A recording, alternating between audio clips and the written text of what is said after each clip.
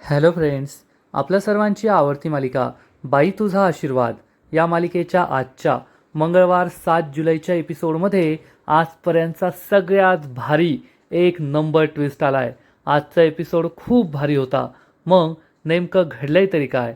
तर फ्रेंड्स, आजच्या एपिसोडमध्ये चंद्रकांतने अवनीची सगळी सर्टिफिकेट्स जाळून टाकली. त्यामुळे अवनीला जबर धक्का बसला. पण तेवढ्यात राजा तेथे पोहोचला आणि राजा हा अवनीला आपल्याबरोबर घेऊन गेला. पण जाण्याआधी अवनीने चंद्रकांतला ठणकावून सांगितलंय की मी माझी स्वप्न पूर्ण करून राहणारच आणि एक दिवस अख्ख्या जगाला ओरडून सांगणार, हाच तो चंद्रकांत देशमाने, माझा बाप, ज्याने जिवंतपणी स्वतःच्या मुलीला मारून टाकलं होतं. त्यामुळे चंद्रकांतला जबर धक्का बसलाय. आणि मग अवनीने राजाला सांगितलं की तुझ्यासारखा नवरा प्रत्येक मुलीला मिळायला हवा, जो आपल्या बायकोची स्वप्न पूर्ण करतो. आणि मग अवनीने चक्क राजासाठी वटसावित्रीचं व्रतसुद्धा केलं. मग हे सगळं नेमकं घडलं तरी कसं, हे जाणून घेण्यासाठी हा व्हिडिओ शेवटपर्यंत नक्की पहा. फ्रेंड्स, आजच्या एपिसोडच्या सुरुवातीलाच अवनीची आई धन्याला पाहते आणि विचारते, हा कोण आहे? अवनी काही सांगणार इतक्यात धन्या सांगतो, मी धन्या, धनेश, अवनी वहिनीचा सगळ्यात छोटा दीर. हे ऐकून अवनीची आई तोंड वाकडं करते आणि अवनीला म्हणते, चल अवनी आतमध्ये. तर धन्यासुद्धा आतमध्ये येऊ लागतो. पण अवनीची आई म्हणते, नाही नाही, तू नको येऊ, तू बाहेरच थांब. हे ऐकून धन्या आणि अवनीला खूप वाईट वाटतं. अवनी म्हणते, पण आई. तर अवनीची आई म्हणते, नाही, ज्या माणसाने आमच्या मुलीला आमच्यापासून दूर केलं त्याचं आदरातिथ्य मी करू शकत नाही. अवनी आणि धन्याला खूप वाईट वाटतं. धन्या म्हणतो, नाही नाही वहिनी, काही प्रॉब्लेम नाही आहे, जाऊ द्या, मी बाहेर थांबतो ना. आणि आपल्याला काय फक्त सर्टिफिकेट्स घ्यायची ना, तुम्ही जा आणि सर्टिफिकेट्स घेऊन या. पण अवनीला वाईट वाटतं आणि अवनी ही आईला म्हणते, अगं पण आई. तर अवनीची आई म्हणते, तुला सर्टिफिकेट्स हवीत ना, ती घे आणि जा, जास्त वेळ नाही लागणार. अवनीची बोलतीच बंद होते. धन्यालासुद्धा वाईट वाटतं आणि मग अवनी, स्वाती, आई या तिघी आतमध्ये निघून जातात. धन्या हा बाहेरच थांबतो. त्याला वाईट वाटलेलं असतं, पण अवनी वहिनी त्यांच्या घरी गेल्या याचा त्याला आनंदही होतो. अवनी ही घरात पाऊल ठेवते आणि घरात येताच तिच्या सगळ्या जुन्या आठवणी जाग्या होतात. पहिल्या एपिसोडमध्ये जेव्हा अवनीने गोल्ड मेडल जिंकलं होतं आणि ती घरी आल्यावर बाबांना कशी बिलगली होती, बाबांना आपलं गोल्ड मेडल दाखवलं होतं, कॉलेजमध्ये स्पीच दिली होती, ती बाबांना ऐकवली होती, हे सगळं अवनीला आठवतं. अवनीच्या डोळ्यात पाणी येतं. अवनीला आपल्या बाबांची खूप आठवण येत असते. अवनी ही संपूर्ण घर पाहत असते आणि तेवढ्यात अवनीची आई लगेच आपले खरे रंग दाखवते आणि विचारते, अवनी, हे सगळं करून तू काय मिळवलंस? अवनी म्हणते, आई जाऊ दे ना, आता तो विषय नको. मी माझी सर्टिफिकेट्स घ्यायला आलीत तेवढी मला दे. आणि अवनीची आई काही बोलणार इतक्यात चंद्रकांत आणि महेश जिन्यावरून खाली उतरतात. चंद्रकांतच्या हातात सर्टिफिकेट्स असतात. चंद्रकांत म्हणतो, सुवर्णा बरोबर बोलतीये ती, ती फक्त तिचे सर्टिफिकेट्स घ्यायला आली आहे. आणि हे दोघे जिन्यावरून खाली उतरतात. चंद्रकांत आणि महेशला पाहून अवनी आणि स्वातीला जबर धक्का बसतो. स्वातीला सुद्धा माहीत नसतं की चंद्रकांत आणि महेश घरातच आहेत. आणि अवनी विचारते, बाबा आणि दादा घरात कसे? मग लगेच चंद्रकांत महेशला इशारा करतो. महेश पुढे येतो आणि दरवाजा बंद करून घेतो. त्यामुळे अवनी आणि धन्याला जबर धक्काच बसतो. अवनी विचारते, दादा दरवाजा कशाला बंद करतोय? आणि बाबा, तुम्ही तर घरी नव्हतात ना, मग तुम्ही घरी कसे आलात? अवनी ही स्वातीकडे आश्चर्याने पाहते. स्वाती म्हणते, नव्हतेच, हे दोघं घरी नव्हतेच. अवनीला समजतं की स्वातीने सुद्धा आपल्याला फसवलंय. आणि मग बाबा हे मस्त सोफ्यावर येऊन बसतात आणि अवनीला जाब विचारतात, झाली का हौस पूर्ण? बापाची इब्रत धुळीला मिळून सगळं मनासारखं झालं का? अवनीला खूप वाईट वाटतं आणि चंद्रकांत चिडून म्हणतो, अरे पाहून पाहून पाहिला कोण? तर तो भिकारडा 1.5 दमडीचा ड्रायव्हर. अवनी, तुला लाज वाटली नाही का त्या ड्रायव्हरशी लग्न करताना? अवनी म्हणते, किती वेळेस पुन्हा पुन्हा तुम्हाला तेच सांगायचंय? अहो, तुम्हाला जसं वाटतंय तसं नाहीये. तर चंद्रकांत चिडून म्हणतो, म्हणजे आम्ही वेडे? आमच्या डोळ्यांनी पोलीस स्टेशनमध्ये जे पाहिलं ते खोटं होतं. आम्हाला अक्कल नावाची गोष्ट नाही आहे. आमच्या समोर तू त्या ड्रायव्हरशी लग्न केलं ते सगळं खोटं आणि तू तेवढी एक शहाणी, तू जे म्हणतेस तेवढं खरं. अवनी चिडून म्हणते, बाबा पुन्हा पुन्हा तेच, लग्न, नवरा. तुम्हाला किती वेळेस सांगितलंय मला माझी स्वप्न पूर्ण करायची आहेत, मला माझं शिक्षण पूर्ण करायचंय, मला माझ्या स्वप्नांपेक्षा जास्त महत्त्वाचं काहीच नाहीये. चंद्रकांत चिडून म्हणतो, झाली मग तुझी स्वप्न पूर्ण? त्या भिकारड्या ड्रायव्हरशी लग्न करून तुझी स्वप्न पूर्ण झाली का? अवनी म्हणते, मग त्या विमानशी लग्न करून माझी स्वप्न पूर्ण होणार होते का? महेश चिडून म्हणतो, या भिकारड्यांशी लग्न करण्यापेक्षा तो विमान लाख पटीने बरा होता. चंद्रकांत चिडून म्हणतो, आणि त्या दांगट्यांच्या घरी जाऊन काय करतेस तू?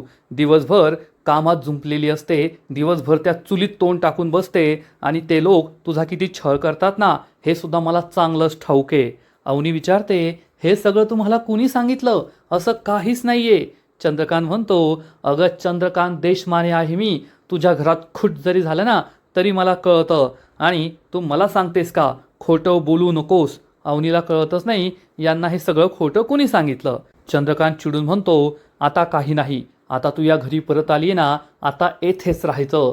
त्या भिकारड्या ड्रायव्हरला सोड चिठ्ठी द्यायची आणि मग त्या विवानशी लग्न करायचं. हे ऐकून अवनीला जबर धक्का बसतो. चंद्रकांत सांगतो, अगं तो विमान इतका चांगला मुलगा आहे, तू एवढं सगळं केल्यानंतर, लग्नातून पळून गेल्यानंतर सुद्धा तो तुझ्याशी लग्न करायला तयार आहे, आणि मी सांगेल तसंच करायचं. त्या भिकारड्या दांगटांच्या घरी राहण्यापेक्षा त्यांना सोड चिठ्ठी द्यायची, विवानशी लग्न करायचं, मस्त कॅनडाला जाऊन राणीसारखं राहायचं, मजा करायची. अवनीला जबर धक्का बसतो. चंद्रकांत महेशला म्हणतो, महेश आत्ताच्या आत्ता वकिलांना फोन करून घटस्फोटाचे पेपर्स बनवून घे. एकदा का ईशा आणि त्या भिकारड्या ड्रायव्हरच्या सह्या झाल्या, मग त्या भिकारड्या ड्रायव्हरच्या फॅमिलीचं तुला जे काही करायचं आहे ते कर. हे ऐकून अवनीला जबर धक्का बसतो. चंद्रकांत अवनीला ठणकावून सांगतो, आणि मग त्यानंतर विवानशी लग्न करायचं आणि कॅनडाला जायचं. अवनीला खूप राग येतो. चंद्रकांत तेथून जाऊ लागतो. अवनी चिडून म्हणते, नाही करणार. त्या भिकारड्या विवानशी या जन्मात काय, पुढील 7 जन्म लग्न नाही करणार. चंद्रकांत, अवनीची आई महेशला जबर धक्काच बसतो. अवनी चिडून म्हणते, बाबा तुम्हाला किती वेळेस सांगायचं, माझ्यासाठी लग्न ही प्रायोरिटी कधीच नव्हती. माझ्यासाठी फक्त माझं शिक्षण, माझी स्वप्न सगळ्यात जास्त महत्त्वाची होती. आणि आधीसुद्धा मी तुम्हाला हेच सांगत होते.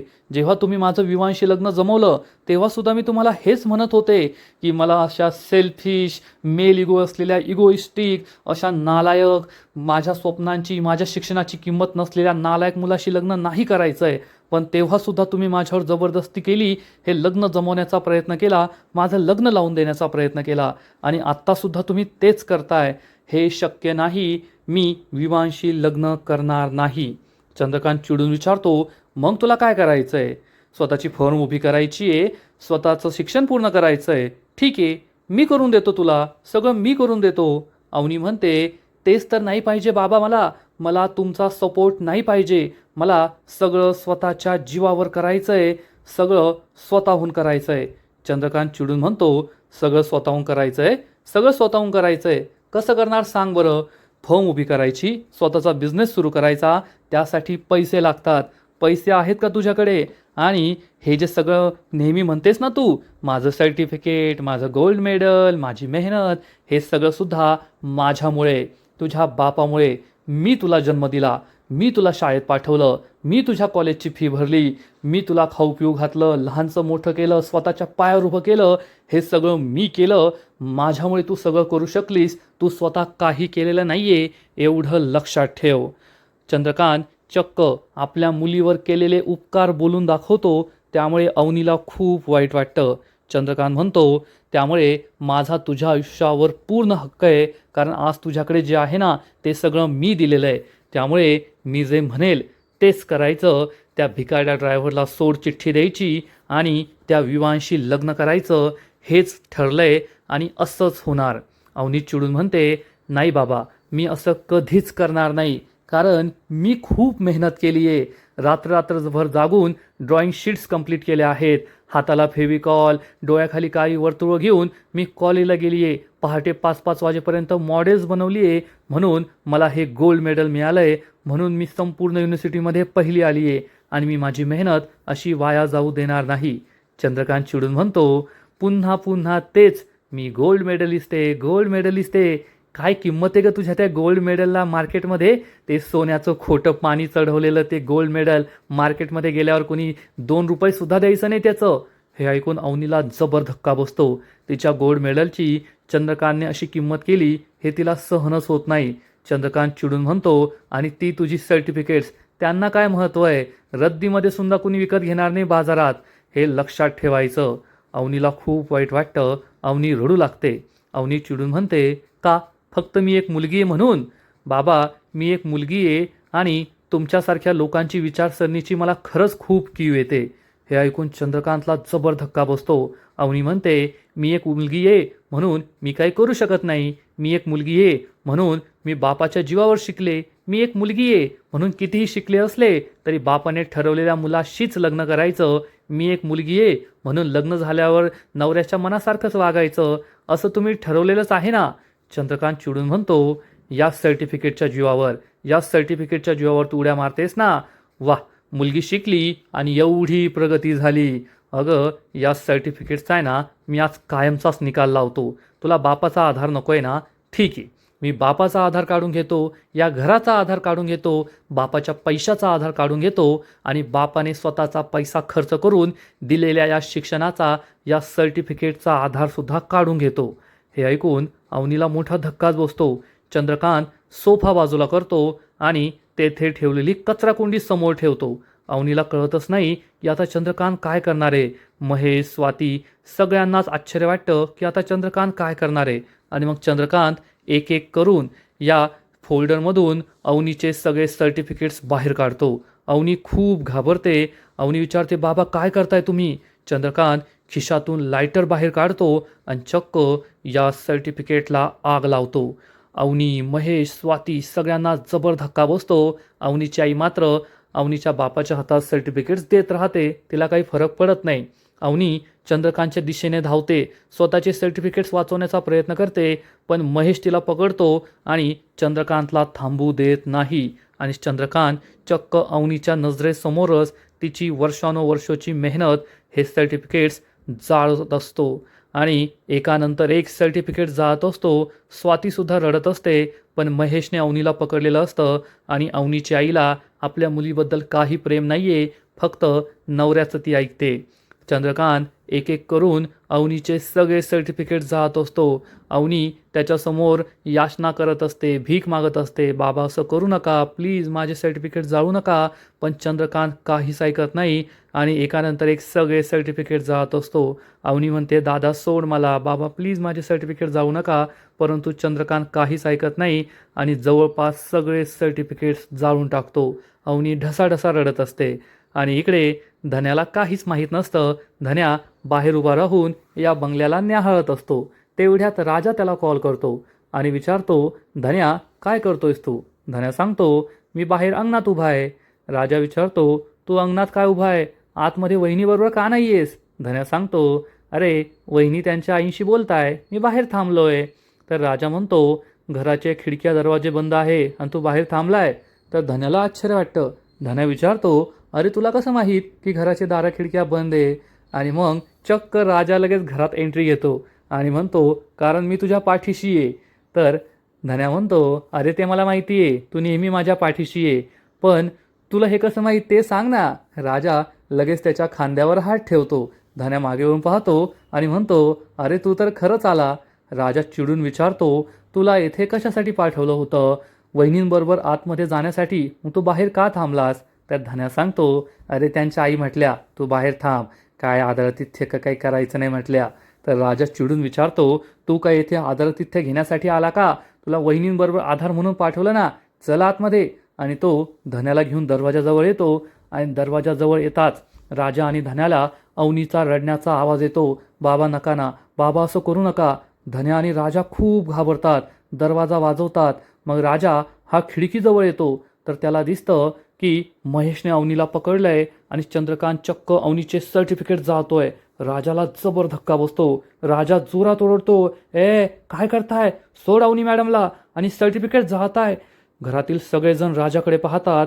अवनी खूप घाबरलेली असते. चंद्रकांत चिडतो आणि मग राजा मुख्य दरवाजाजवळ येतो. अवनी स्वतःला सोडवण्याचा प्रयत्न करते. राजा घराच्या दरवाजाला जोरजोरात लाथा मारतो, परंतु हा दरवाजा मजबूत असतो, हा दरवाजा काही उघडत नाही.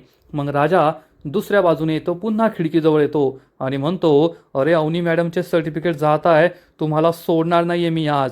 परंतु महेश काही अवनीला सोडत नाही आणि चंद्रकांत काही सर्टिफिकेट जाण्याचं बंद करत नाही. स्वाती बिचारी रडत असते आणि मग राजा हा दुसऱ्या बाजूने येतो. तेथे एक दरवाजा असतो. हा दरवाजा एवढा मजबूत नसतो. राजा या दरवाजाला जोरजोरात लाथा मारतो. तोपर्यंत चंद्रकांतने अवनीचे सगळे सर्टिफिकेट जाळलेले असतात. चंद्रकांत, अवनीची आई सगळे दरवाजाकडे पाहत असतात आणि मग पुढच्या क्षणी राजा हा दरवाजा उघडतो. राजाला पाहून सगळे खूप चिडतात. राजा मध्ये येतो. महेश घाबरून अवनीला सोडून देतो. अवनी ढसाढसा रडत असते. राजा सगळ्यांकडे रागारागाने पाहतो. अवनी ही खाली बसते. या कचराकुंडीतून सर्टिफिकेट्स बाहेर काढण्याचा प्रयत्न करते, पण राजा तिला थांबवतो. अवनी ओक्साबोक्सी रडत असते. राजा तिला प्रेमाने जवळ घेतो, शांत करण्याचा प्रयत्न करतो आणि या दोघांचीही जवळीक पाहून चंद्रकांत, महेश, अवनीच्या आईला खूप राग येतो. अवनी म्हणते, पहा ना राजा, माझे सगळे सर्टिफिकेट्स यांनी जाळून टाकले. राजा म्हणतो, तुम्ही नका टेन्शन घेऊ, काहीतरी करू आपण. चला आपण आपल्या घरी जाऊया, आता येथे नाही थांबायचं. अवनी मात्र खूप दुःखी असते, रडत असते. महेश राजाच्या अंगावर धावून जाणार. इतक्यात राजा त्याला हात दाखवतो आणि इशारा करतो, विचारसुद्धा करू नको. महेशची चांगली टरकते. मग राजा अवनी आणि धन्याबरोबर बाहेर येतो. धन्या म्हणतो, वहिनी रडू नका ना, वहिनी रडू नका. आणि हे तिघे घराबाहेर जाणार.